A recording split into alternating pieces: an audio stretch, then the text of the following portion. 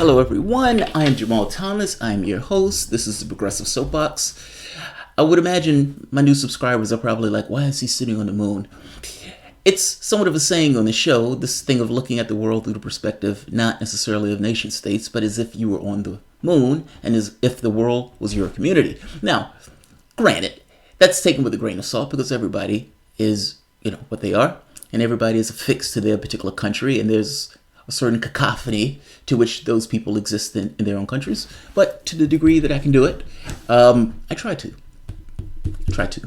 So, it's Soapbox After Dark.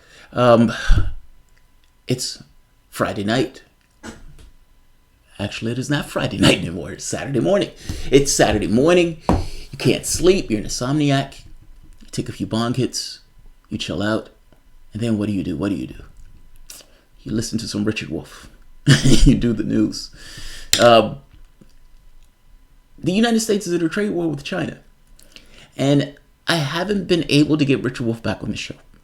I don't know why. I don't know if I pissed Richard Wolff off or what. But I haven't been able to get him back on the show. However, he has answered me regarding emails that I've sent him asking him about the trade war with China. Now, that said, he does a monthly speech in New York. I am probably going to go to one of those at some point. Be like, hey, Richard, what's going on? Be like, oh my God, who's this guy fucking following me? But he answers this question at that conference, or it's not really a conference, it's a monthly meeting. But he answers that. He hits it dead on, and he explains it in the typical Richard Wolff professorial way. Part of the reason why I love the guy so much. You know what I mean. I'm going to play this. I'm going to break it up into two parts. One part where he goes into an explanation that I gave of tariffs. It's one thing for me to give an explanation of tariffs, for my understanding of it. It's another thing for Richard Wolff to give it. For the most part, he says the exact same thing that I say, but it always sounds better when he says it. He has several degrees behind his name in economics. There's another part to this where he gets into the meat of the trade war itself. I'm going to skip one part because he's making an argument. I got to be honest, I don't fully buy the argument, even though I know where he's going with the argument. But he gets into further the specifics of the trade war with China, and he nails it. He's amazing at it. So I'm going to let Richard Wolff be Richard Wolff. I'm going to be little mini-me here, looking up to Richard Wolff while he does this thing. That if he did that, they would retaliate with tariffs, which is what they did already the first couple of times that this was done. And so now we are facing the risk of some sort of ongoing conflict between the United States and China. Trump has raised tariffs to 25%. If I'm not mistaken, they went into effect yesterday. I want Richard Wolff to explain. I explain what tariffs are. Trump either is insanely incompetent that he doesn't know what tariffs are, or he's being extremely disingenuous. And knowing Trump, it could be either one. He's going to explain what tariffs are. It is still the best bet, as best I can tell, and most who will look at it, that all of this is about 80 to 90% political theater undertaken by Mr. Trump, because he's the one who's initiated all of this. The Chinese reluctantly do the tit for tat. But all the initiative, you should all be aware that all the initiative here is coming from the United States, Mr. Trump, the Republicans, and the Democrats, who are extraordinarily quiet. Just as somewhat of an aside, and I'm sorry if somebody's like, God damn it, he's doing an aside. Tit for tat. They don't have a choice but to do tit for tat. And to some degree, this is always somewhat worrying. This is the limits of rationality, right?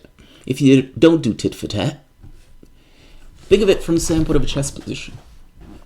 Somebody makes a move, you make a counter move. There's some move where both pieces die. There's some positions where a person takes a position where you can't allow them to keep the position, even if it means that those particular pieces die in the process. There are some no-win positions, and there are some times where both of you fail.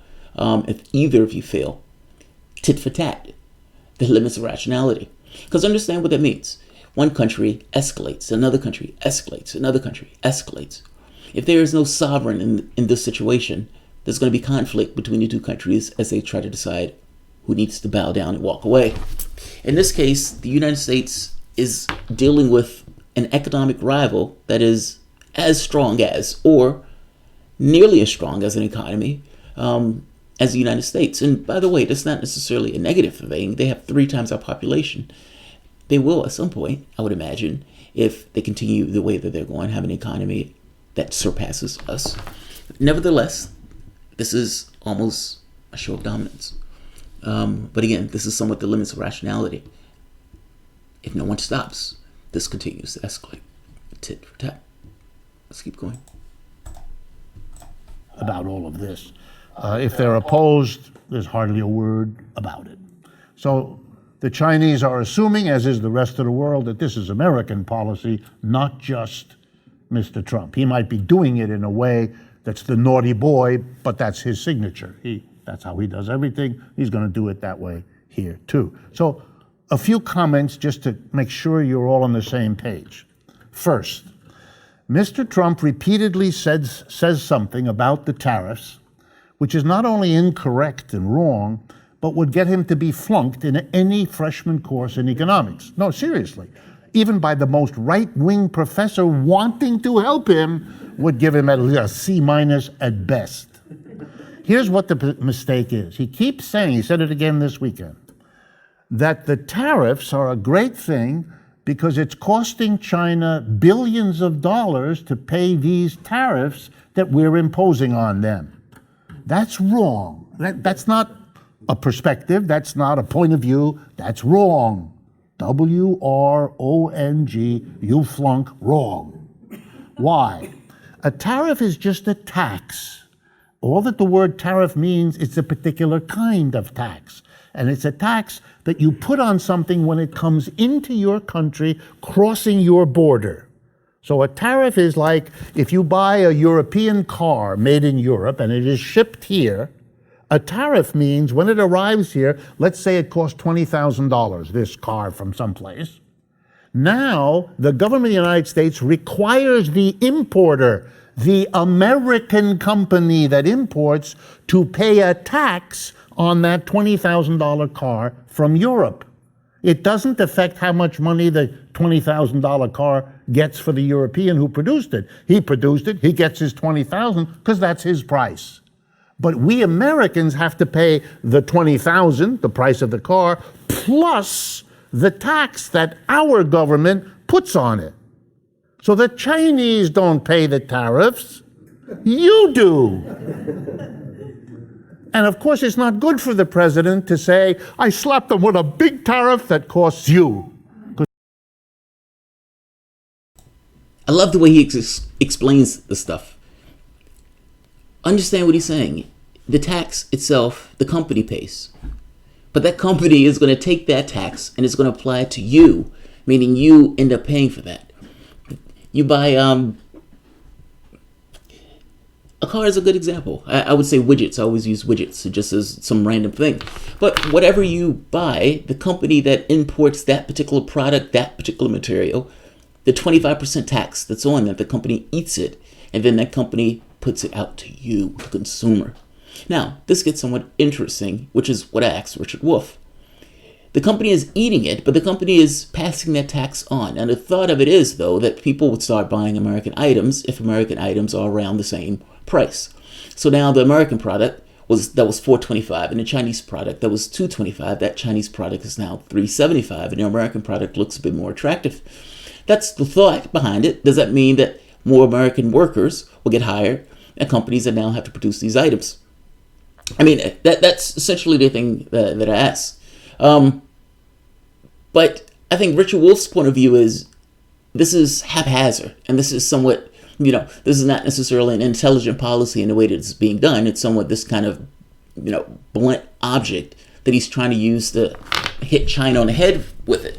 I want him to go further into this because it gets really interesting when he starts explaining the United States' relationship with China. Because even though Trump is hitting China with this, my thought kept being, but people are shopping at Walmart. Now, I'm using Walmart as an example, but I'm making the point that the American consumer goes to Walmart and says, oh my God, I love this low price. I'm going to buy this cheap product that I don't particularly need. And they walk home. And the consumer themselves are extraordinarily happy. Now, my point is that it's the American consumer that said this deal was okay. Because it's the American consumer that purchases the products at the cheaper prices that those products are essentially shipped back into the United States as. Yes, American workers lose jobs, but I don't necessarily know if Americans all that much care about that in the context of them buying a particular item, or if they even think about it in that context when they are buying a particular item. Let's get back to Wolff. He's going to explain this trade relationship between the United States and China that developed over time with this notion of, look, it's a capitalist dream. Part of the reason that these trade deals are in effect, this notion that you can ship a job overseas, pay that guy 50%, 75% less, fire the American worker, and then ship the item back into the country. And you can even sell the item at a lower price and still make more profit. Yes, that American worker has lost their job, but the goal of your business is not to give that guy a job. The goal of that business is to maximize profit. This is a profit-driven system. Listen to Richard Wolff explain the relationship between China and the American companies. I love this explanation because you don't hear this all the often. time. So then what is this all about? What this is about is a serious issue. And the serious issue is the United States, for the last 40 years, indulged the Chinese on exactly what is now no longer acceptable. You ought to ask yourself, why now? Are the Chinese doing something in the last 2, 3, 4 years that they didn't do in the last 30? No. They're doing exactly the same. And that was a basic deal. And it was as follows. We, the Chinese, and I'm going to come back to this later, we have a strategy for how to go from being a poor country to a rich one, which is what most of the world is busy interested in doing, like their number one priority. Okay, how are we going to do it? And they made a strategic decision. We are going to become the manufacturer of everything. We're going to succeed by doing what? We're going to produce everything the world now consumes, either better quality or more cheaply or both. That's what, by the way, in setting out this strategy, they were like many countries who thought that would be a good plan. The difference is they did it. They succeeded brilliantly and in a record time, 30 years, which for this kind of a project is very little. 40 years, 30 years, depending on how you count. Here's the deal they made to do this. They knew they could not do that without a lot more capital than they could generate in their own country. Number two, they knew they were far behind technologically what they needed to get to be able to do this plan.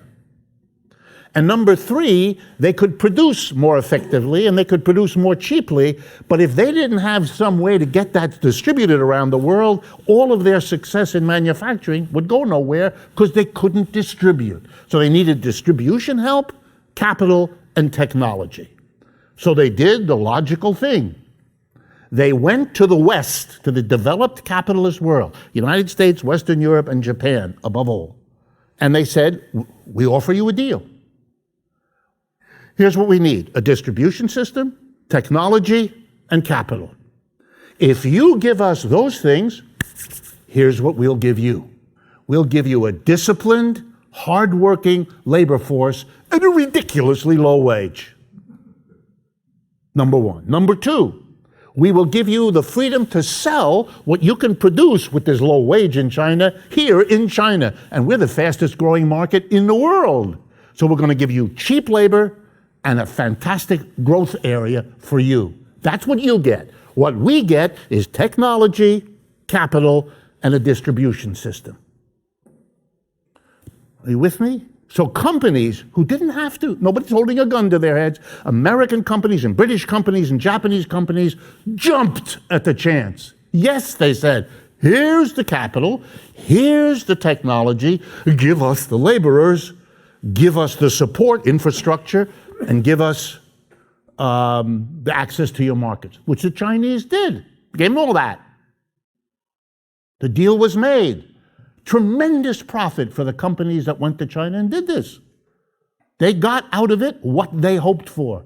And the Chinese got out of it what they hoped for. It was a successful capitalist deal.